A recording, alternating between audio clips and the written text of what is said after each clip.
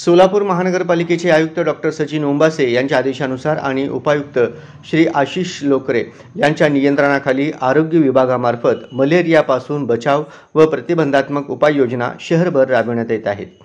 महानगरपालिकेच्या सर्व 1 ते 8 विभागीय कार्यालयाच्या हद्दीत एकूण 60 क्षेत्र कार्यकर्ते दररोज 2 सत्रामध्ये काम करत आहेत। हे कर्मचारी शहरातील पाणी साचलेले खड्डे, गटारी, डबके तसेच इतर डास उत्पन्न होणाऱ्या ठिकाणी नियमितपणे डास प्रतिबंधक औषधांची फवारणी करत आहेत।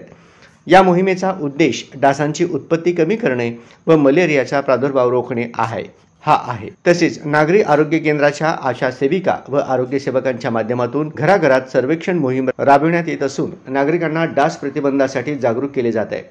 घरातील पाण्याची टाकी, फुलदाणी, कूलर, पाण्याच्या साठवणीच्या भांड्यांमध्ये पाणी साचू न देण्याचे आणि नियमित स्वच्छता राखण्याचे आवाहन करण्यात येत आहे। ऑक्टोबर महिन्यापर्यंत आरोग्य विभागामार्फत 8816 घरांचे सर्वेक्षण पूर्ण करण्यात आले असून या माध्यमातून नागरिकांमध्ये मलेरियाविषयी जनजागृती करण्यात आली आहे।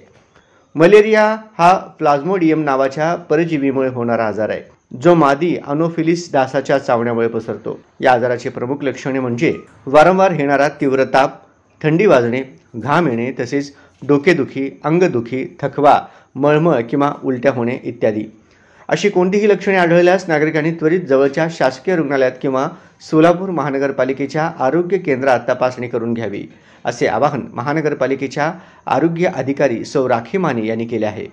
वेळेत निदान व योग्य उपचार घेतल्यास मलेरियासारख्या गंभीर आजाराचा धोका टाळता येतो, असे त्यांनी सांगितले। सोलापूर महानगरपालिकेच्या वतीनं नागरिकांना आवाहन करण्यात येत आहे की आपल्या परिसरात पाणी साचू देऊ नये, स्वच्छता राखावी आणि डास प्रतिबंधासाठी प्रशासनाला सहकार्य करावे।